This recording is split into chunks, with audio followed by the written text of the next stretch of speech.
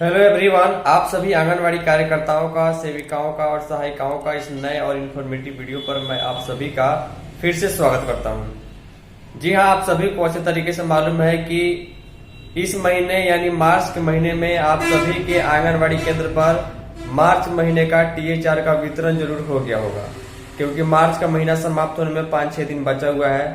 लेकिन इसी बीच कल के डेट में बिहार के कई जिलों में सेविकाओं को जो है अप्रैल महीने का THR का अमाउंट भी भेज दिया गया है।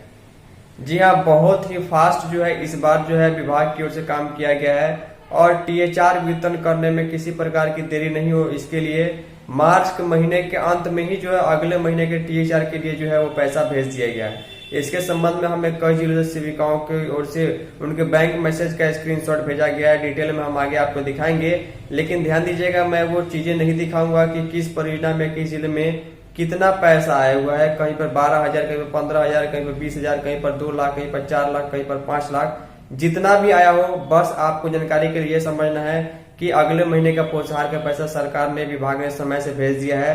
अब आने वाले दिनों में यह तय होगा कि आखिर अप्रैल महीने में किस दिन पोषाहार का वितरण करना है। चलिए डिटेल में आगे हम खबर आपको दिखाएंगे। वीडियो पसंद आएगी, वीडियो को लाइक जरूर कर दीजिएगा। तो फाइनली ध्यान दीजिएगा, कल शाम से मुझे कई सेविकाओं ने अपने पोषाहार वाले बैंक अकाउंट का मैसेज का स्क्रीनशॉट जो है मुझे व्हाट्सएप पर भेजा था और ये सूचना दी थी कि अतुल जी, मार्च महीने के अंत में ही जो है अगले महीने के THR वितरण करने के लिए जो है वो पैसा विभाग ने भेज दिया है। तो आखिर इतना पहले अमाउंट कैसे आ गया और इसका क्या मतलब है और इसका THR का वितरण कब होगा।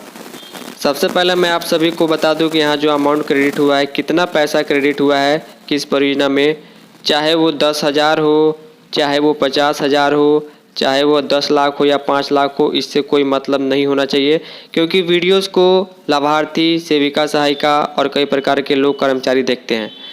तो यहाँ पर सिर्फ इस वीडियो को बनाने का मकसद ये है कि पैसा देखिए 26 मार्च को 1:04 पर जो है इनके अकाउंट में आ गया है। अब पैसा आखिर कहाँ कहाँ कितने परियोजना में आया है, इसके बारे में हम नीचे बात करेंगे। उसके पहले मैं चाहूँगा कि आप लोग भी कमेंट करके नीचे ये ज़रूर बताइएगा कि क्या आपके परियोजना में, आपके ज़िले में अभी तक अगले महीने के THR वितरण करने का पैसा आया है या नहीं आया है। देखिए, अमाउंट वहीं पर गया होगा जहाँ पर मार्च महीने का THR का वितरण जो है वो समय से हो चुका है। इसके अलावा मार्च महीने का THR वितरण करने के बाद जो है वहाँ पर THR का वाउचर जो है, क्रय पंजी समय से जा चुका है, तब जाकर उसको उपयोगिता प्रमाण पत्र ऑफिस से भेजा जाता है कि पैसा खर्च हो गया, अगले महीने का पैसा आ गया है।